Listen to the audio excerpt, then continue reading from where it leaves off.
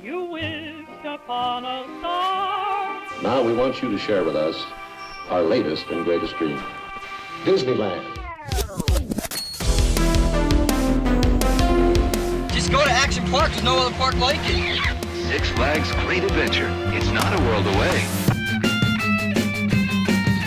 Paramount's Kings Island. We will officially open Universal Studios Florida. Hello, I'm Michael Eisner.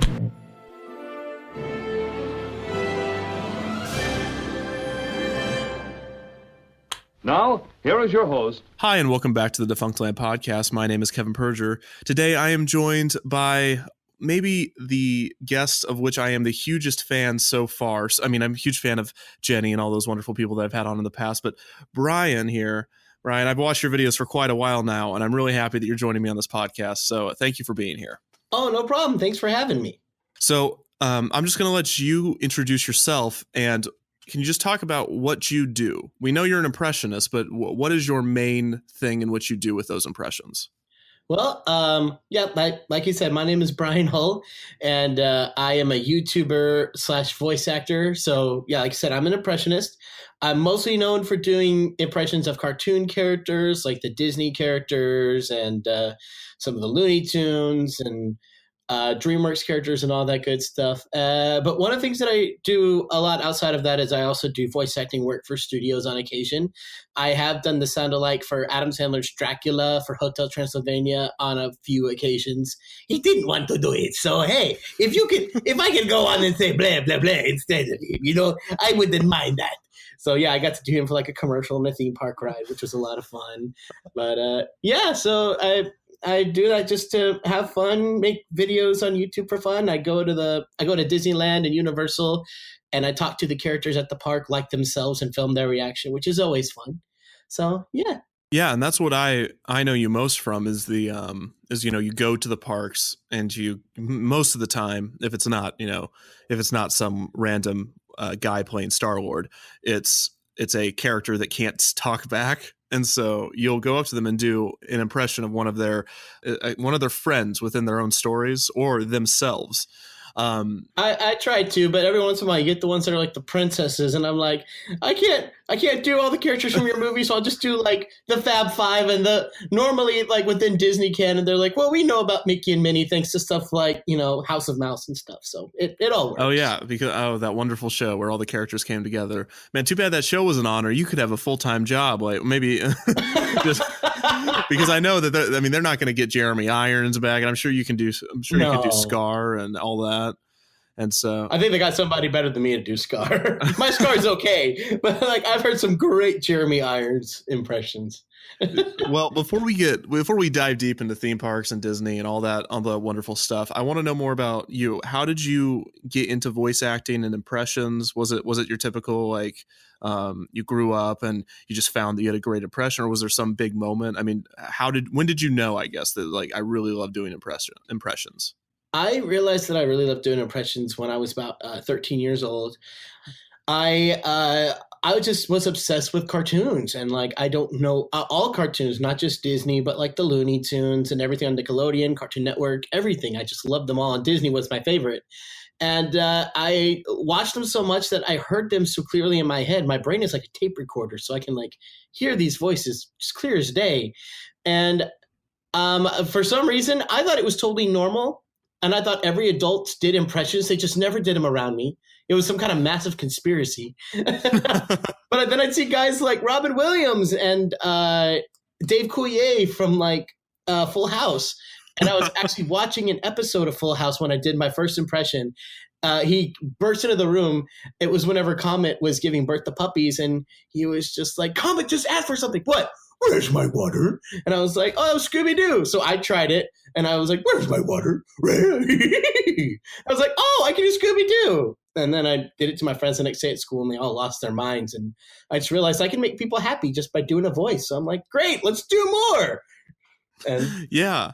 So there was that one moment then. It just happened to be when Comet the dog on Full House was giving birth. Yep, that's exactly what it was. That's fantastic that you remember pretty much exactly your first one then. So, I mean, you grow up, and what were your go-to impressions, let's say in high school? High school, Scooby-Doo, that was the one my closest friends were obsessed with because it was my first. They never let me forget that. So they would always ask for them all the time. Mickey Mouse became a big one. And the other big one was the Joker from The Dark Knight, because it had just come out around that point. So like every 2 seconds, everyone wants to hear Heath Ledger's Joker with like, let's put a smile on that face, which I'm like, oh, that's a little dark for me, but all right, let's do it.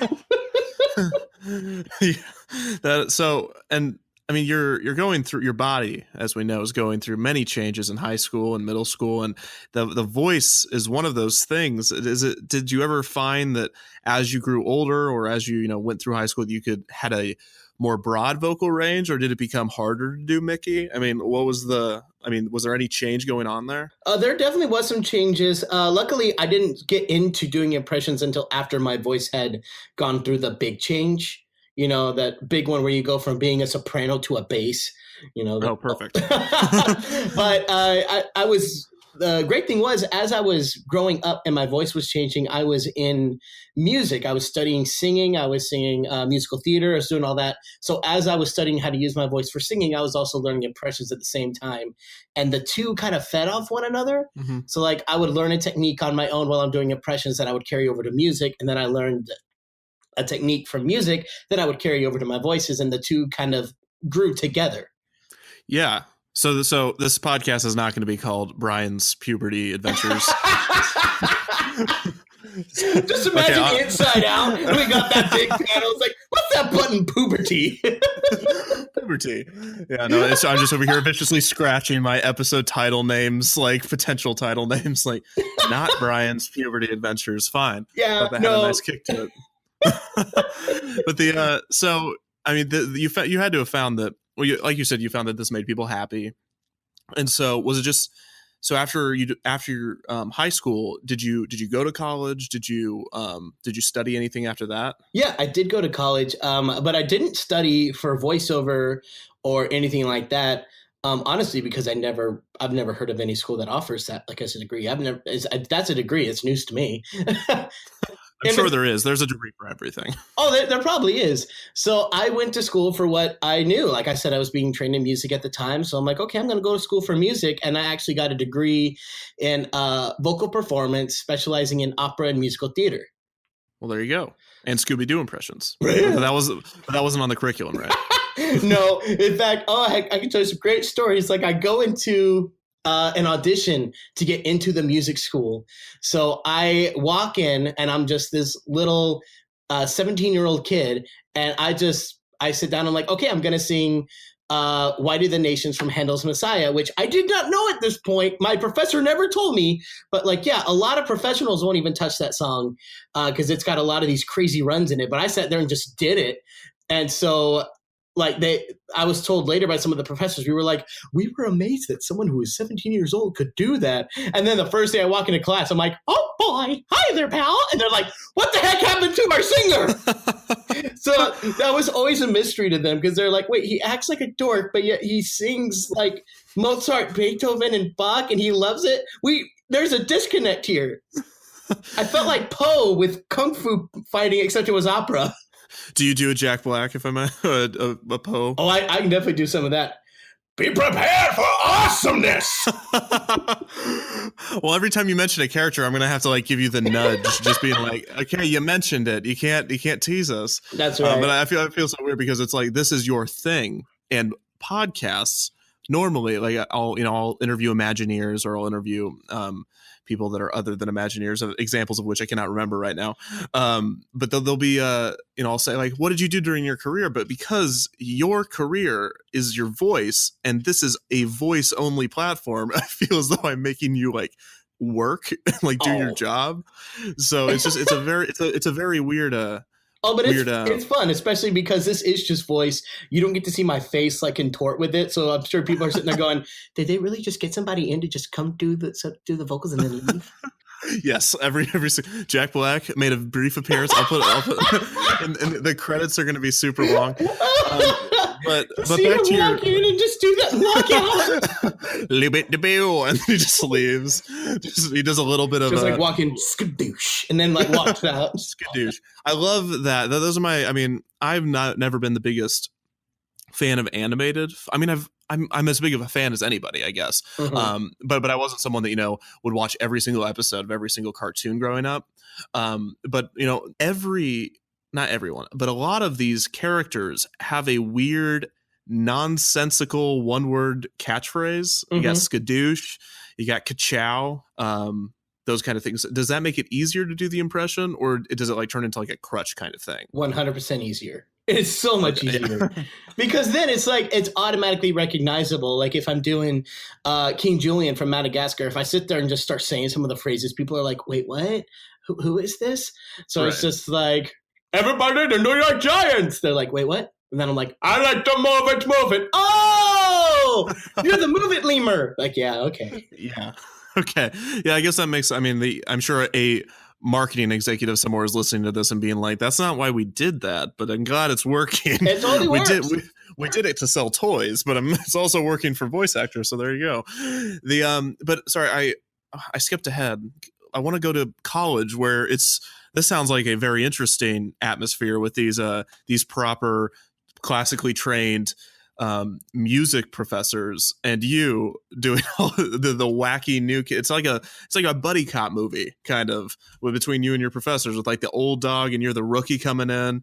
So like, did you push people's buttons when you knew that they would normal people would like, "Oh, it's so funny, it's an impression," they love it, but like someone that is more straight faced and proper, do you find yourself also kind of pushing impressions on those people too to see if you can like get them to smile? On occasion, I kind of just had to play it by ear. I never wanted to annoy any of my professors with it, but at the same time, I wanted to show them it's like, look, I'm a goofball, I'm a dork, I do love Disney, I love cartoons, but at the same time, I do see the beauty in this music. I see the brilliance of what Mozart and Beethoven were doing.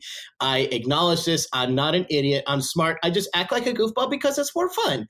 And then once I earned their respect with like the knowledge to say like, look, I'm not just some moron who's sitting here. I am paying attention. I'm getting the facts, but I'm just going to have a fun time doing it. Most of the professors were like, "Oh, he's just quirky." So yeah, you're not the first, I'm sure, that they've had in music school. Oh, of course. But it's like usually the quirky ones all go to like music business where they're learning how to make like pop music and everything else. It's just they rarely go to opera. It's like that's usually not where they want to go. Right. I was the dork that wanted to do that. So did that and so through that vocal performance and getting classically trained, you think that made your voice into the Swiss Army knife that it is now, or do you think that was completely separate? No, I think it really helped a lot, because what a lot of people don't understand is, I swear by this, but nobody believes me, that you get trained in classical music specifically on how to do voice work. You just don't realize it at the time, because what classical music does, especially opera singing, they teach you how to manipulate your voice to become a microphone, because opera singers don't get microphones. We don't. So you have to stand on a stage and make sure everyone in the audience can hear you. So they teach you how to change your voice to make the sound different so that it will resonate and you can be that microphone. So every time they'd say like, okay, to get rid of your nasal voice, you adjust this, you raise your soft palate, you do this in the back of your throat. And I'm like, okay, so if I want a nasal voice, I do the opposite, and then I sound like an elephant with nasal congestion. Did you, was it 4 years or did you go on? It was 4 years, but because I changed my major halfway through, I had to stay for 5, even though the last year I barely did anything. I had like 2 classes. What did you change your major to, if you don't mind me asking? Oh, yeah, I was originally composition because I thought, hey, I love cartoons so much. What if I went and wrote the music that you hear behind the movie? Yeah. Where I started doing that and really enjoyed it. However, I started to realize that the college that I worked in didn't specialize in film music. So they're like, yeah, if you want to write film music, you might have to go to a different school because none of us know how to do that. And we're not the best school to suit that for you. So I was like, well, honestly, people keep telling me to go to voice. So let's do that. And at the end, it actually proved to be better for my career. So it's all good. That's great. So And then you, after college, you went on to do voice acting. And so let's get into YouTube. What started that? How long ago was that? Oh, YouTube was a total accident. Okay. What kind of accident? Like a happy accident? We raised him and now we love him kind of thing? Or it was a happy accident. It was a happy one. Okay. So like, if you go look at my channel, it says that I started this channel in 2009, but I didn't really. It's like, that's when I made the account, but I specifically started it when I was in high school. Because I had my friends, they would call me at all hours of the night when they had a sleepover saying, Brian, can you do this voice? Can you do this voice? And do it over the phone. And I needed sleep. So I just got a webcam, just did a couple impressions to it, put it up and said, there, if you want to watch it, send people there. Let me sleep. And then it just became a place where if I was the only one who knew how to use video editing equipment. So if I was like in a school project or if I was doing something for my church or for college or anything like that, I would be the one to make them. So I just post them all to my channel because it's easier to just send them a link than it is a 5 gig video. So it just became a place where I held videos for everything. And then lo and behold, one day shortly after after Frozen came out, I saw a contest online that's like, sing your own cover of Let It Go, and you could win a $100 gift card to the Disney store, which sounded great to me because I was flat broke at the time. I was doing a musical with my school and had to take a lot of time off work, and I didn't have enough money to go buy Frozen and Saving Mr. Banks when they came on Blu-ray. So I was like, okay, I'll sing. What if I sing it as a bunch of Disney characters singing it? That's something unique. Maybe I'll win the gift card. I don't know. So I bribed my friend who was recording major with brownies to come record it for me. So he came, recorded it. I posted it to the competition, and unbeknownst to me, the contest was actually over, and I didn't realize it. And so you won anyway. Yeah, it's like I guess I won anyway because like I posted it. I made one link to my personal Facebook, just asked my friends and family. It's like, hey, I don't know about this video. I made it for a contest. Let me know what you think. 3 days later, it hit 5 million views. Not 3 days. 3 days. Okay, well, I'm quitting. By day 4, Disney was calling me, and I was like, what is going on? Oh, really? Disney called you? Yeah, Disney called me. They actually flew me out to the studio when I was still in Texas, and they gave me a tour of everything. They gave me free passes to Disneyland. I got to go see the animation building and talk to like the president of Disney Animation, and they got to do a professional audition, and I was just like, holy crud. I was going to say, I was like, weren't you like, give me a job? I'll buy my own tickets to Disneyland. Give me a job. Well, I mean, it's just the fact that they were just like, have you considered being a voice actor? I was like, I mean, I kind of just did these voices for fun, but you know, if I could. Oh, no, that's when you lie real fast. Yes, all day. That's what I do. How did you know? Like, you just lie immediately, right? Well, yeah, and then they were really nice about it. They were just like, well, we see a lot of potential here, and we think that you might want to pursue that. So just the fact that Disney said, we think you might want to do it, I was just like, okay, at some point I'm going to move out to California. We're going to start doing voiceover work for cartoons. So that's how that's going to work. Yeah. And is that how that worked? Did it work? I mean, I'm still in the process of that. Just getting into the VO world is just really difficult. But in the meantime, I've got YouTube, which is doing extremely well. And I've gotten a lot of voice work because of YouTube. Like the folks over at Air Bud Entertainment who make all the Air Bud films. Oh my gosh, I loved WrestleMania. Yeah. The Russell Terrier that was fighting humans and was trained by a monkey. I mean... Anyway, sorry, go on. No, it's cool. It's cool. But the Pup Star series they have going on right now, I've done a voice in every one of those Pup Star movies. And it's just like, it kind of becomes a thing now. They said they joke around the office with it now. It's like when they make a new movie, they're like, okay, who's Brian going to play? And it's just like, hey, I'm cool with that. So work's happening. It's just. So you're like the John Ratzenberg of Air Bud, which is sad because John Ratzenberger is already the John Ratzenberger of Air Bud because he's in WrestleMania. He's been in every movie that I've been in, plus a lot more. So I'm like, you already had one, but okay, we have 2, and I get to be one of them. Oh well, now I gotta ask: can you do an impression of him? Sort of. You don't have to. I was just asking. I can. I'm working right now on doing some Incredibles impressions. So I've been working on his Underminer, like his Behold the Underminer! I am always beneath you, but nothing is beneath me! There you go. You did it. That's great. It's not. I'm still working on getting that tone just right because it's hard to scream with his kind of, that's how we're doing things. That kind of tone. It's hard to scream with that. Yeah, the pig. Ham. What is that? What ham? I was like Piggy Bank Pig. I sound like I don't even watch Disney movies. Do you hear that, everyone in the comment section? I'm not a Disney shill. I don't watch every movie. No, but so Disney, have you had any contact with Disney since then? I guess isn't Air Bud owned by Disney? Yeah, Air Bud is owned by Disney. It's kind of nice. Every time I record with them, like my check says from the Disney company, which always feels good.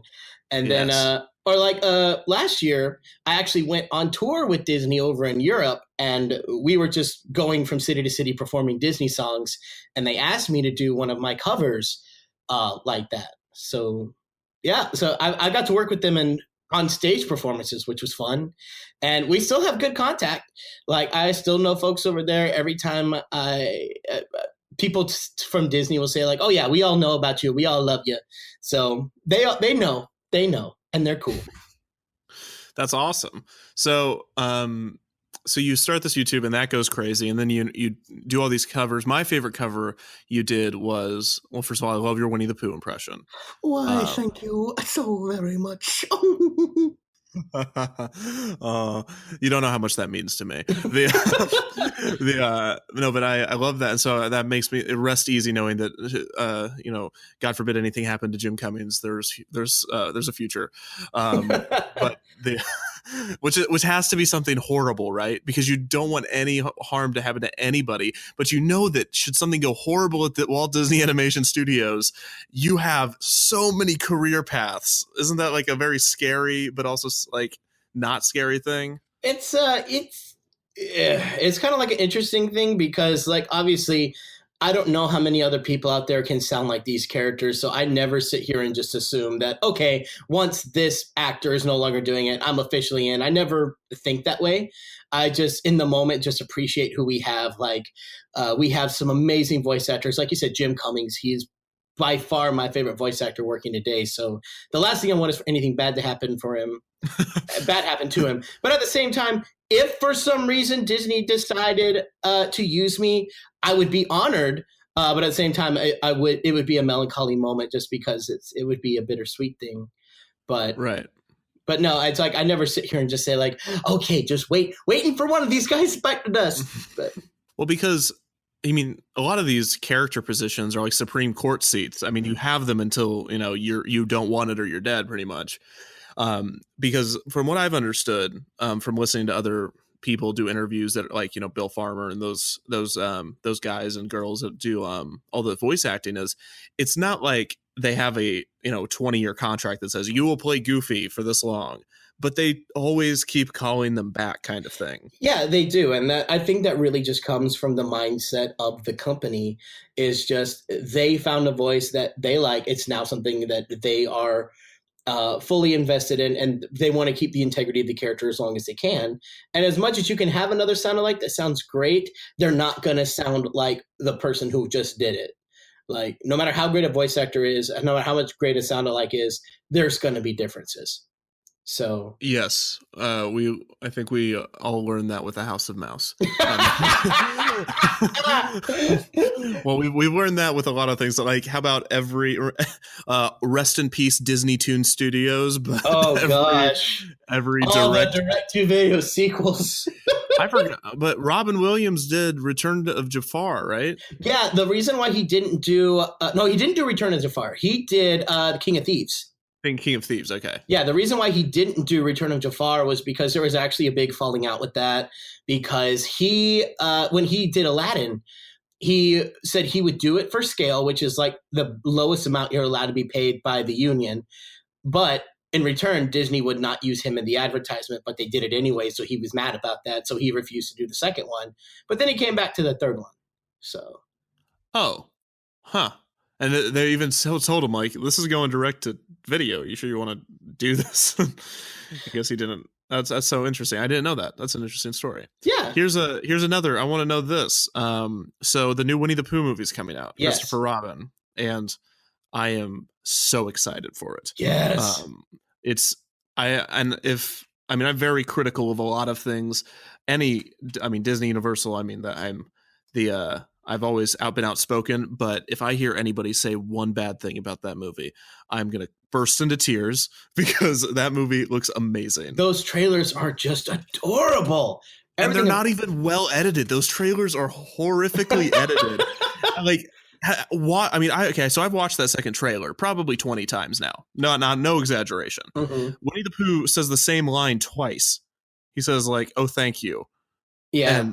And the editing doesn't make any sense, and it shows the entire movie. I don't care, but because every single scene looks amazing. But here's what I'm going with this. So Chris O'Dowd was originally supposed to play Tigger, right? Mm-hmm. What's up with that? I don't know the story behind it. All I know is I was sitting here waiting by the casting on IMDb, just going like, if you do not make Jim Cummings Pooh and Tigger, I'm going to lose my mind, because there's nobody who could do Pooh and Tigger like Jim Cummings. Because I was terrified they were going to get some celebrity voice actor just to come in and do it, because they're like, hey, we people in the seats, but he's not Pooh. You stop that madness. Like, well, Michael Jackson is dead, so you can't have the shy Pooh. Yeah, none of it would have worked. So I was ecstatic when I saw that Jim Cummings was Pooh, but then I saw that he wasn't Tigger, and I was just like, what? Why would you bring him on for one and not the other? I know, that doesn't even make sense from an economical standpoint. No, it's like you're paying this guy more. You're paying the second guy more to come in and do this when you could just have Jim do both. But I have no idea why he was in it in the first place, and I have no idea why they took him out. I was just thrilled to death when I saw that trailer and heard Jim Cummings as Tigger, and I'm like, please tell me that they changed their minds and this isn't just like for the trailer we'll put Jim Cummings in there just because people are more familiar, and then bait and switch. But no, they changed IMDb and now he's doing both. So I don't know the story behind it. I'd love to figure it out. Well, I heard just like a few things of just like there was a test screening and the Tigger did not go over well. It sounded like raspy at some points and then like too high pitched at others. Like it was just not very good. I mean, as something as prominent as Tigger is one of the most prominent voices probably. You can kind of I couldn't tell you what like Roo sounds like, or sorry, who am I thinking? Like Owl. And those, I could not specifically remember those voices, but Pooh, Tigger, and Eeyore, although Eeyore is probably a little easier to replicate. Yeah, Eeyore's had an interesting history with his voice actors. Unlike Pooh and Tigger, who have virtually only had two voice actors each, with like Sterling Holloway, then Jim Cummings, or Paul Winchell, then Jim Cummings. Owl's had a bunch, and so has Eeyore. Although most people know Eeyore, his not original, but like what he did in the characters in the 90s was Peter Cullen, who did Optimus Prime. So yes, Optimus Prime did Eeyore, which is really cool. But I want to hear Eeyore say something, just go on a rant about the Allspark. We gotta get the Allspark. I can kind of hear both. Yeah. But then like in the 2011 film that came out, they got an actor by the name of Bud Luckey, who was actually a guy over at Pixar. If you listen carefully, he's the same guy who did Rick Dicker in The Incredibles. Or he did the short Boundin'. He did like all the vocals in the Pixar short Boundin' with the jackalope. So he was more of a Pixar guy, but they brought him over because his natural voice literally sounds like Eeyore. So it was ideal casting. And then now they've got Brad Garrett coming in to do Eeyore for Christopher Robin, which I think was a great choice as well. He does a really great job from the little we heard. He captures that same emotion very, very well. So I'm like, hey, Brad Garrett's great. Bring him. He's fine. Yeah, I'm so excited for that film. I want to hear what you think of it in the end. I'm sure we'll both end up loving it no matter how quality it is or not. But it seems to be like they got every character on top of the voice acting, the characters seem very true to their, source material. Yeah, and I love the fact that they didn't make them look too much like they're animated characters and look more like stuffed animals come to life, which is what they are. We often forget that, but that's what they are. And if you go to the New York Library, they actually have the real Christopher Robin stuffed animals in there, and they're very similar to what we see in the movie. Yeah, that was really interesting. And then I had never, because Winnie the Pooh has always been one of those things that I've watched, but I've never really thought about it more than after watching it, kind of thing. Yeah. And because I think every generation when were the original books released? Oh, the original books. I want to say they came out in the 20s or 30s. Yeah, so everyone has grown up or could have grown up with these stories. Yeah. And so I was going somewhere with this. Now I'm just fanboying about Winnie the Pooh. Hey, if there's a character to fanboy about, let's do Winnie the Pooh. His simple logic is beautiful in the trailer. Absolutely beautiful. You are absolutely right with that. But and so here's where it was going. What I didn't realize, and I was reading YouTube comments because I watched the trailer a couple more times today. I saw that someone was like, "Well, the owl and rabbit were never actually stuffed animals. They were always real animals." Yeah, they always were. Which had always passed my mind. Like that had always slipped. I never really connected those two things. And so I went back and watched the trailer, and they are strikingly clearly supposed to be real CGI animals. Yeah. Like even if you go back and watch the animated stuff, you notice that Tigger, Pooh, Roo, you can see the seams. Like they have made the seams on there. Owl and rabbit don't have any of those. And you can see they have extra fur. They've got extra feathers. They're designed to look more real. Because if you go look at his stuffed animals from the actual book, they were not actually stuffed animals. They were actual animals that were in the park where he would play for his 100-acre woods. We got to get off Winnie the Pooh, but because that was beautiful, and I want more, but I know I shouldn't because people are going to be like, "When did this turn into?" Because usually on these podcasts, I'm either talking to Imagineers or I'm debating theme parks, and this is the most lighthearted, warm podcast, and I'm loving it. But we got to spread the love to some other properties. That's right. Let's go to some properties. Okay, so Pluto is our favorite member of the Fab Five, right? He's up there. Oh. He's not my absolute favorite, but he's up there. He's high. Here we go. Here's the fight. Who's your favorite? Goofy. Okay, well, Goofy has a fun voice to do, so that might sway your decision a little bit. Yeah, because as far as voice acting goes for Pluto, he just goes, and it's just about it. Well, I'm doing research right now for Legends of the Hidden Temple. We on my channel we do Defunct TV, which is a spinoff that we talk about old TV shows. Uh-huh.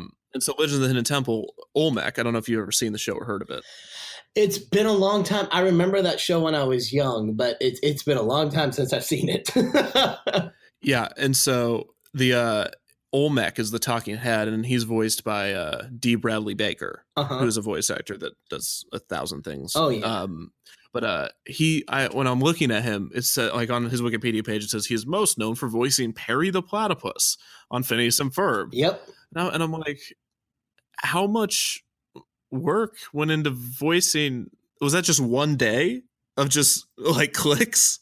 It probably was. I mean, usually with characters that are just like make one sound or one line, like say Groot or something like that, you would assume you just get it all done in one day, but sometimes they could be difficult. Like, you got to figure out the right way to make this noise for this emotion. But with Perry, it's the same noise every time. There's no difference whatsoever, which is part of the charm. Yeah.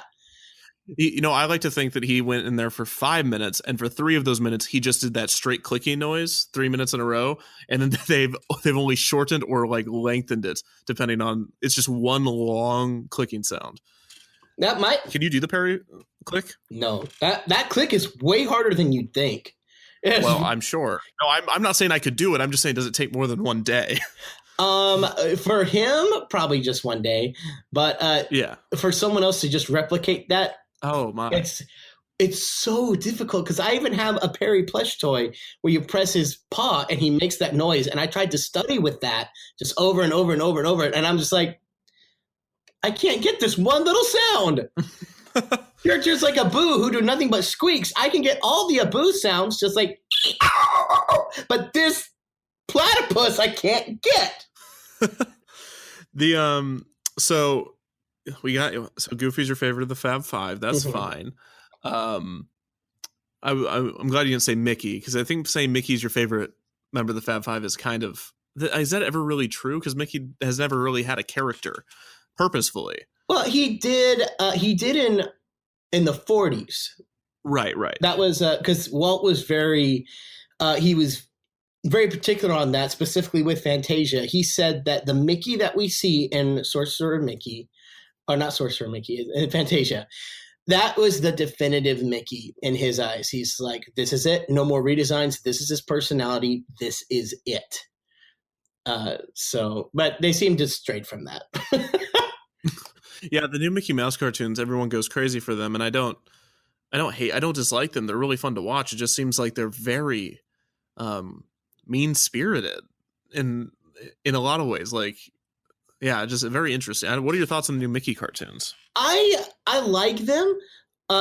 It's definitely harkening back to the 20s and 30s ideas of the characters as opposed to what we got later in the 40s, 50s, and 60s. And the original cartoons were much more mean-spirited. Right, yeah. And I think done right, mean-spirited is fun, but it has to be done right, which I think for the most part the new series has done. I'm not going to sit here and say it's my favorite renditions of Mickey, but at the same time, every time they post a new one, I want to see it. Yeah, no, I watch them, and they're fun and fine. I've never, again, like I said, I was never a cartoon. I never subscribed to the medium as much as some people. So, like, I understand. I mean, you can look online and find so many weird Mickey cartoons early on. And if you really want to trip, go look at some Donald in the 30s and 40s. Oh yeah, there you go. Yeah, that's always. Oh, whoa. No, that was from... Yeah, no, I know. No, it's just the Fuhrer's face. What is it? The Fuhrer's face.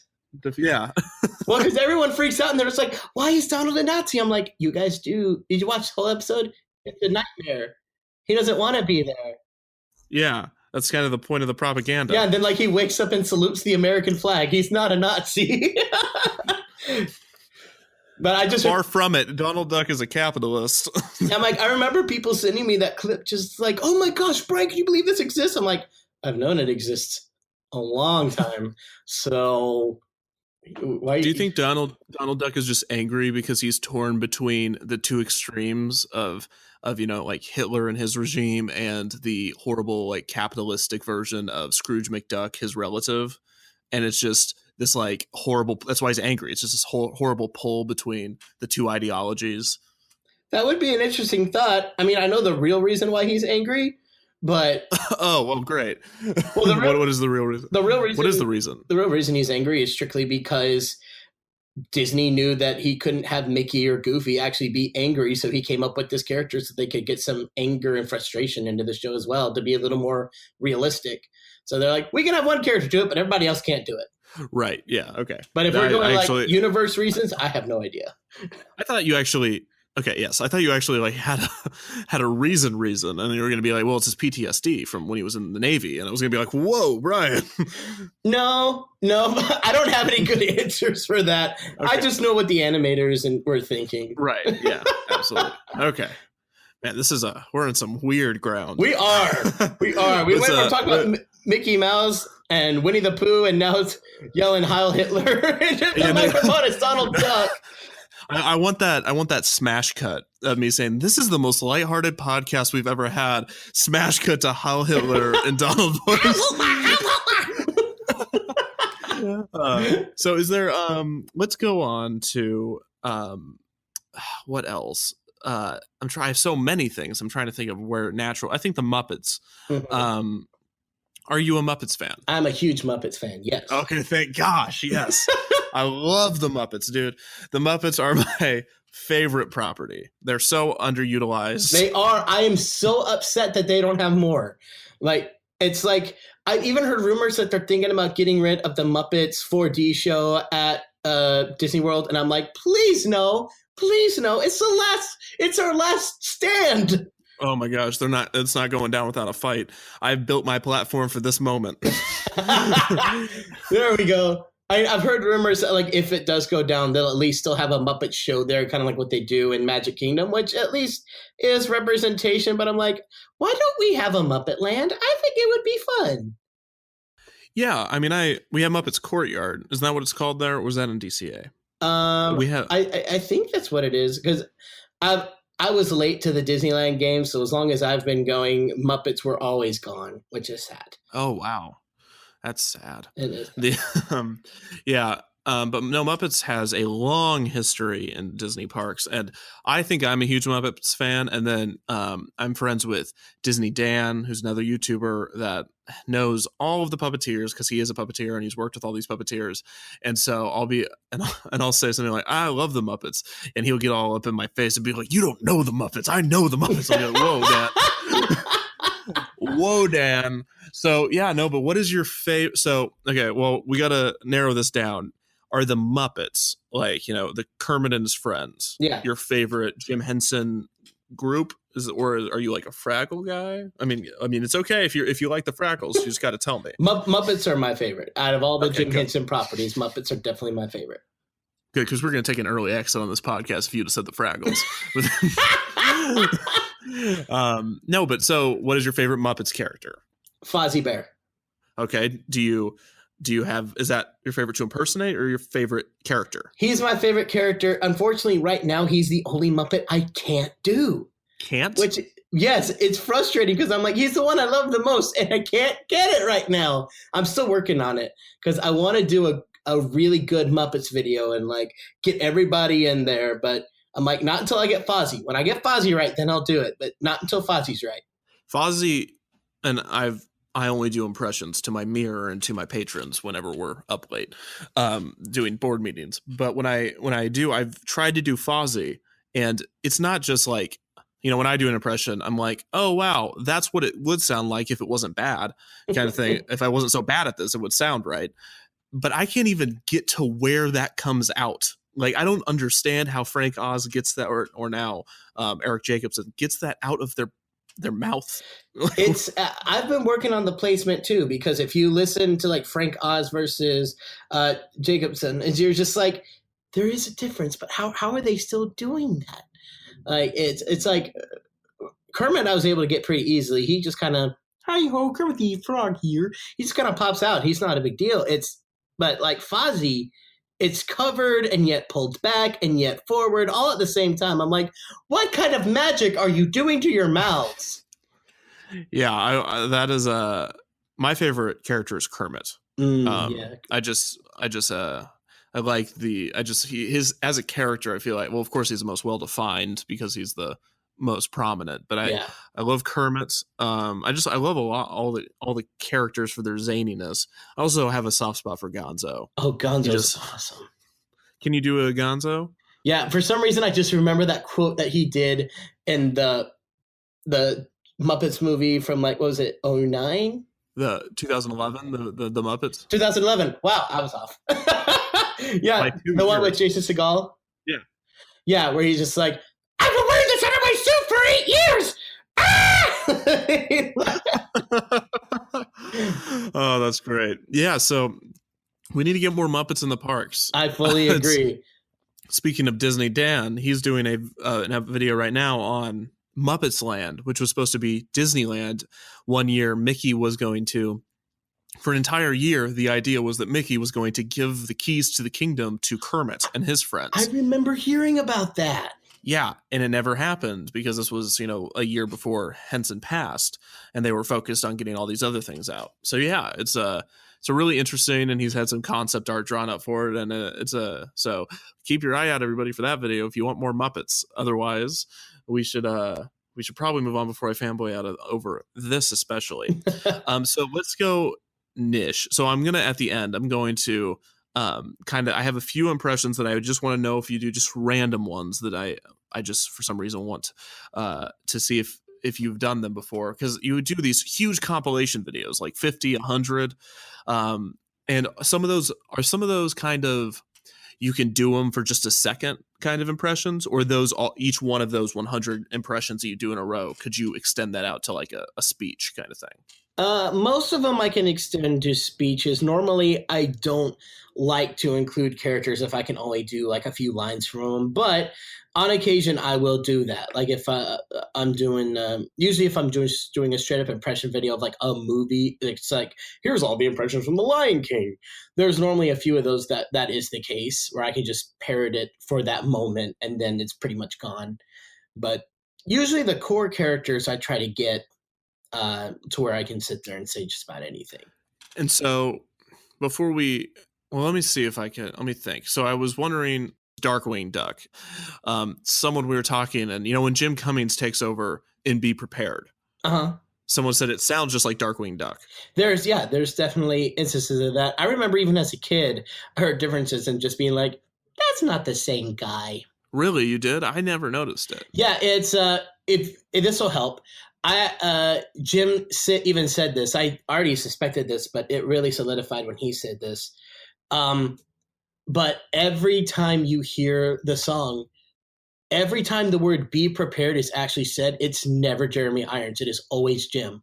Ah, really? Okay, so I heard that he said he did the whole thing at one point. He probably recorded the whole song. Like, he probably sat down and did that. But then later, they intercut pieces of Jeremy Irons into it as well. Okay. That's probably what happened. Right. So we have... So I do have Scrooge McDuck, who is I don't know why I just have a liking for Scrooge McDuck. Is that a character that you think you can do? I'm still working to get the original one just right, but the current one we have with I can't remember his name right now. David Tennant, who does him now on the new show, I can do his. I'm still working to get the original Scrooge voice. Okay. So well then we'll put well, here's what I'll do. I'm going to order these random ones from least to most difficult. I have about 3. Okay, we'll do 3. Okay. Captain Jack. Captain Jack. Okay. Oh, do you want me to actually do the voice? Do you think you could do Captain? Oh yeah, you do Captain Jack. I've heard you do it. I do Captain Jack. Yes, that I do. Because what we do is we sail upon the 7 seas, looking for adventure. And an inordinate amount of rum. Perfect. Okay, here's your second one. Iago from Aladdin. I can't believe it! I just can't believe it! Look at this! Look at this! I'm so ticked off that I'm bolting! I'm so afraid I just peeked the mic. Like, oh no, you've been peeking the mic the whole time, bud. Are you serious? No, it doesn't matter. When you're getting into it, that's what we want to happen. Okay, I'm sorry. No, dude, it's fine. I'm pulling your leg. Okay. Okay, so here's the final one. I think I'm going to stump you. You ready? Okay. Michael Eisner. Well, when we were working on The Lion King, we kind of looked at this and we're like, we're making a video about her, making a movie about ourselves. I was going to shoot myself in the foot. I've never tried Michael Eisner before, so he sounds way too raspy. Oh, I don't think so. I think he's... I was going to be like, you need to up the rasp there, Brian. Really? I'm sitting over there going, oh, he sounds like an ex-smoker. No, well, I mean, if you listen to his most recent interviews, but that was fantastic. I thought I would stump you with Michael Eisner. I was ramping up to that, and you still exceeded those expectations. Yay! So, well, I want to talk a little bit about theme parks, if you don't mind, for a bit. Yeah, absolutely. So, just as no impressions apart from when you go to the theme parks to do impressions. What are your favorite things to do at Disneyland, at Universal, at anywhere? Well, I'm definitely a ride guy more than anything else. Like if I have a day to go to any of the parks, I want to ride like as much as I can in one day. Mm-hmm. I definitely am that kind of guy. But at the same time, at Disneyland specifically, I will go to the animation building at DCA and I can just sit there for hours and just sit in that main room and just listen to all the music, see the storyboards, the animation, and just sit there and enjoy it for hours. Really? Yeah. That's interesting because I went to Disneyland a couple weeks ago for the first time in a long time, and I went into that building, and it was really cool, and if I could find a seat, I might have stayed there. I was just wondering how many people know about this or how many people do it. It's relatively well known, but a lot of people don't stay there because most people who come are interested in like the hardcore attractions, whereas like a lot of the annual pass holders will go and do that. Did you get a chance to go downstairs while you were there? Behind the line to go see Elsa and Anna, there is a winding path that leads downstairs where you can animate, and then within there you can go into the Beast's library and take a personality test to figure out what Disney character you're like. Yes, I did that. Oh, you did that? Okay, good, because a lot of people walk in and they have no idea that that's there. So I want to make sure you saw that. Yes, I did. That was I had seen it in promos. I think it's been there for quite a while.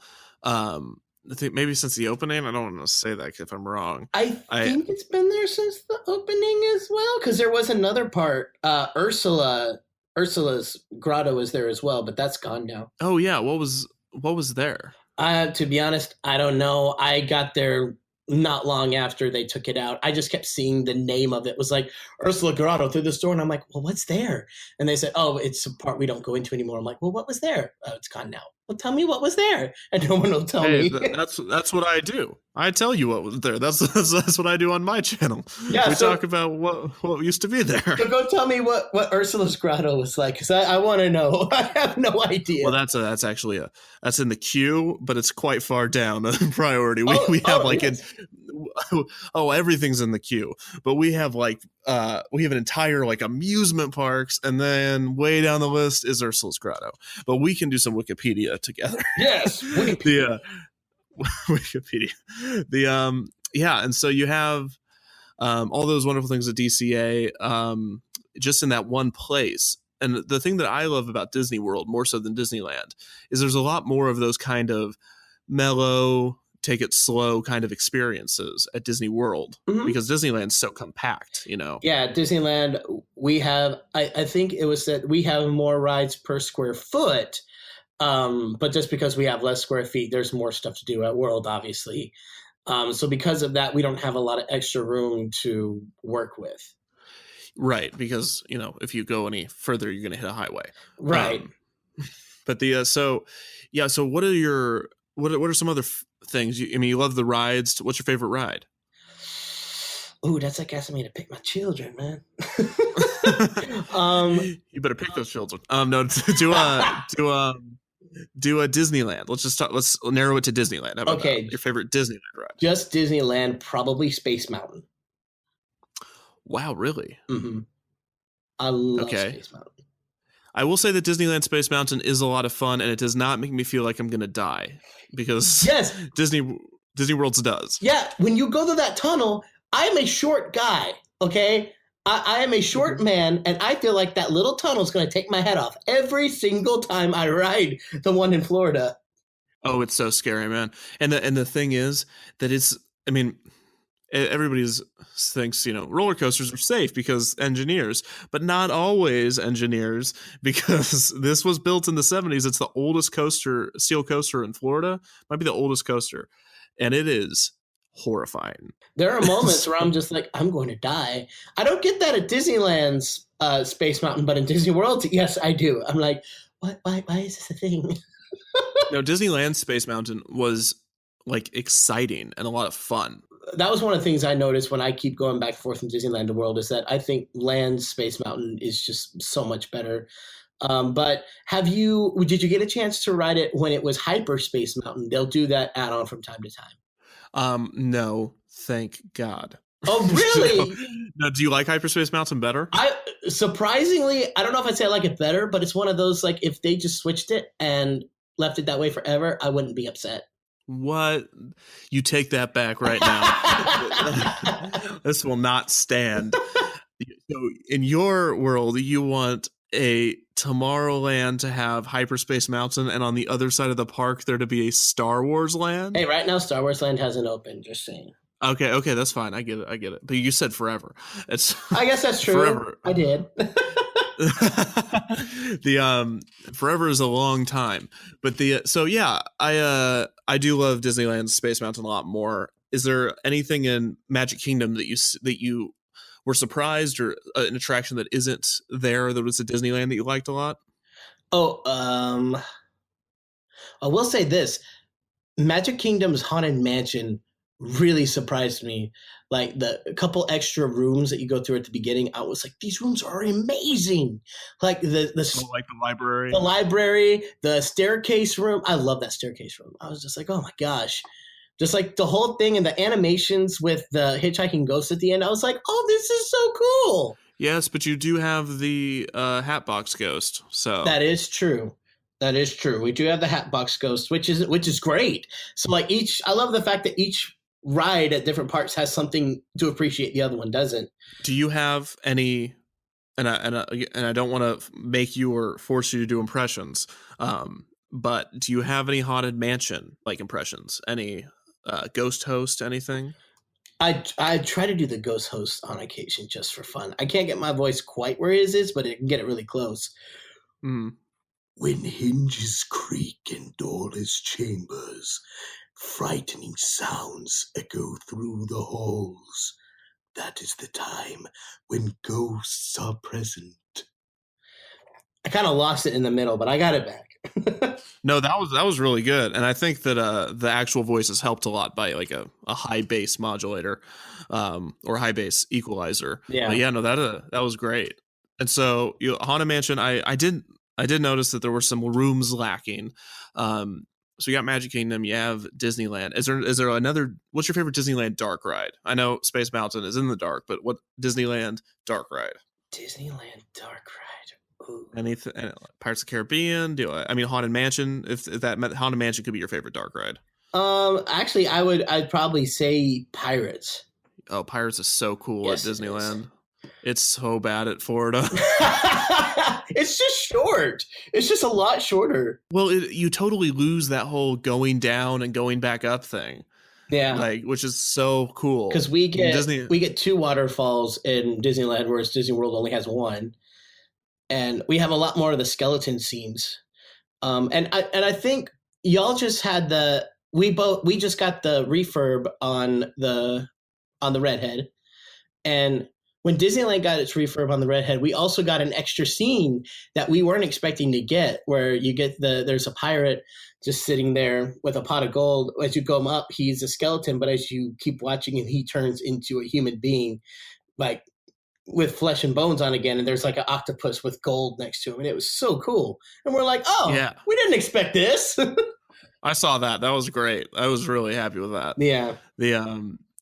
And so we have Johnny Depp in the ride now, which is unfortunate in my opinion. And I don't know how you feel about having the inclusion of the Pirates, the movie characters running around. I personally don't mind it, but then again, I didn't get into the parks until after this change had happened. I don't remember ever seeing Pirates without Johnny Depp and Jeffrey Rush in it at all. So to me, it's always been there as long as I have been writing it. So to me, it's not a big deal. And I personally like the Pirates films. I'm not going to say they're all great. The first one was great. The rest of them I like enough. The first one was amazing. Yeah. I love the first one. Second, third, and whatever. Fourth one has grown on me, and fifth one is just bad. And I like the inclusion of, Will and Elizabeth again in the fifth one, but overall, I think I only saw it once, maybe twice, and I haven't been itching to put it back in my Blu-ray player. I'll say that much. Do you collect Blu-rays? You mentioned Blu-rays a couple times. Oh, yeah. I am that guy. I own every single Disney animated film from Snow White to Moana. I own every one of them, including the films that everyone forgets about. I am that guy. So, you got your Song of the South. Well, Song of the South is technically live action, not animated, but it's a hybrid. It's a hybrid. But usually if they're hybrid, they're considered live action more than they are animated. Oh, okay. Well, this is your wheelhouse, so I'll concede that might be true, but but on Wikipedia, they are considered different. But okay, it's live action. Within the company, if you look at Disney feature animation, they have their list features that they've done, and the only one that has any live action in it whatsoever is Fantasia, and Fantasia 2000. Really? Mm-hmm. So like Mary Poppins is considered live action. Song of the South is considered live action. If the main plot of the story is live action, then it's considered live action, and the animation is just there to enhance. Same thing with like Roger Rabbit. Yeah, well, Roger Rabbit. First of all, do you do a Roger Rabbit? I do. I need to think of one of his lines. It's been a while since I've watched that movie. Let's see. Oh, dang it. I can't think of any of these lines right now. Like, what about that? Like the Eddie, please don't, please help me. Eddie, please help me, please. There, you like right when I said that was like a trigger. You're like, yep, I know. That's great.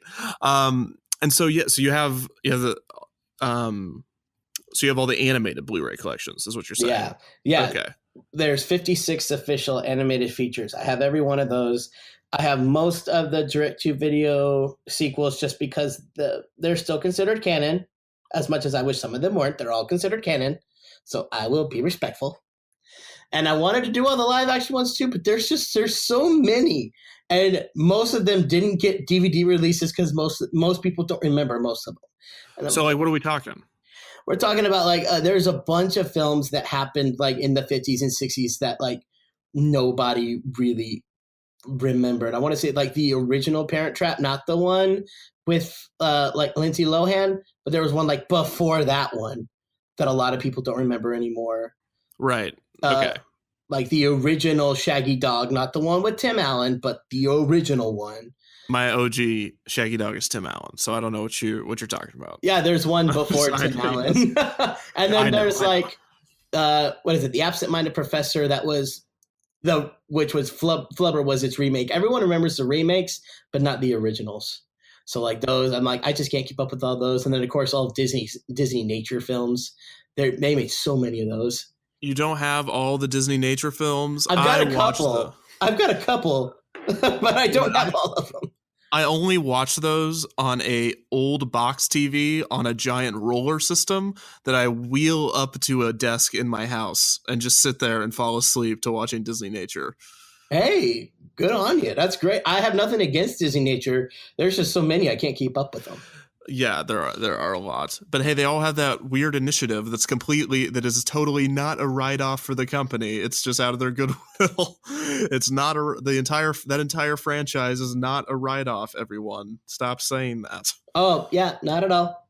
It's not a tax write-off. Nope. So I'm trying to think real quick on Universal. Mm-hmm. What is your favorite Universal Hollywood ride? Because I know you stick around Hollywood more than Florida. Yeah, I definitely. And when I say ride, I mean, what is your favorite TV and chair where they shake you? It's so true. What is your favorite chair to be shaked? Well, I was about to say my favorite ride actually isn't that. It's one of the few that aren't that. But if I'm picking from that, probably. Because I tend to not do those that often because that's like half the rides. Maybe the Minions one. I kind of like the Minion Mayhem. Okay, that's okay. I'm just over here just sad. But there's not. I don't know what else you would say in Hollywood. I mean, it's like there's also like the Transformers one, which honestly kind of gives me a headache because I can't see their faces. I'm like looking for their faces and they're so hard to find because they're so technical. It's a fun ride. It's a fun ride, but it's so hard to focus on what's going on. I'm like, okay, so that big one just threw that big one. I don't know what that one's doing over there, but this one just ate me. Okay, where'd you come from? And your Mummy version is horrible compared to y'all's. Oh my gosh, ours is the pits compared to y'all's. Yeah, ours is amazing. Yes, and we have Spider-Man, and we have Islands of Adventure, with all that wonderful things. I mean, it's Universal is an interesting, and I have to ask, what is if you do go to Universal and you do an impression of a character that's there, what is your favorite one to do? Any of the characters from Shrek. The Shrek characters are the best. Can I get a few Shrek characters? Well, you got Shrek to begin with. I always say, right? But, hey, there's always Donkey. Donkey's a whole lot of fun. Sitting there saying how much he loves everybody's boulders. I like that boulder. That is a nice boulder. But then there is Puss in Boots. He's the harder one to do because he's a little quieter. So it's hard for the camera to pick it up. Oh, that's wonderful. And I also just heard the Mulan dragon. What is his name? Oh, yeah, Mushu. Mushu. Yeah, Mushu and Donkey, they're literally the same voice. So I do the same for both. Eddie Murphy has a thing for dragons. He got a thing for dragons, things for donkeys. That's donkeys that like dragons that are dragons. Yeah, he either falls in love with a dragon or is a dragon. That's how it goes. Oh, that's so wonderful. Man, I feel like now that I have you here, I got to be like, can you do my ringtone? How many times have you been asked to do a ringtone? Not as many as you'd expect. It does happen. Okay, good. But... So here's my name. So just here's my number. Tell them to call me back. No, what happens more than anything else is I always get will you do a voice for me to record like on my Snapchat or for a friend or for someone's birthday? Okay. That's what I normally get. It's rarely voicemails now. But yeah, I get that one a lot. Really? So what is the most requested? I'd say it'd probably be a mixture of Mickey and Pooh. Okay. Those two are like the one everybody keeps asking for more than any other. What is the most surprise that like one that people like, because those are pretty common, but what is something that people ask for that you like, wow, people like really like, is there any surprises that people ask you for? Every once in a while there'd be a surprise one where someone's like, oh, do this voice. And I'm like, really? No one ever asked for that one. Is there a voice that you love to do, but you don't get asked to do it enough? King Julian from Madagascar. He's one of my favorite voices, but nobody ever talks about him. That's true. And you're really great at Pumbaa. I know you're Pumbaa. Thank you. You're Pumbaa, and then you have a Timon as well. Yeah, so it's fun to have conversations with the two. Having a conversation with myself. No, Pumbaa, that sounds psychotic. Oh, that's wonderful. So I'm trying to think of any unique thing to ask you is there any unique thing to ask you, which is a question in of itself, before we get going, because I'm sure you have to go off and recede back into one of your many, many personalities. That's a dark area. Okay, so non-Disney, non-animated, do you do any live action? Yeah, I do. I tend to not do a lot of those just because the things that I gravitate the most are animated, just because the actor is free to do more with their voice than they are on camera work. But I still do that from time to time. Like I do a lot of the characters from like Lord of the Rings. That's a big one. Obviously Gollum, but like Gandalf, and I love doing like Sam and Merry and Pippin. They're always fun. If we're getting other stuff, obviously like Star Wars, that's a big one as well. And I do a few celebrities, but I try not to do too many of them because everybody does celebrities. Like this is what sets me apart, is that I do mostly cartoons. Yeah. Like because everyone comes up and does a Christopher Walken, or everyone comes up and does Morgan Freeman. So I'm like, well, how many people can walk up and do a Pumbaa? Right. So you're like YouTube's Uncle Joey. Yeah, I love that. I'm YouTube's Uncle Joey. I'm all about that. Well, there's your new channel name. Woo! Well, we better get going before I just pander you to do every impression I've ever heard. So, Brian, really, thank you so much for being here and giving me so much of your time and your voice. It's really been special having you on. Well, thank you. I appreciated being on. And to everyone listening, thank you so much for listening. Don't forget to rate, review, and subscribe. And thank you for visiting Defunctland.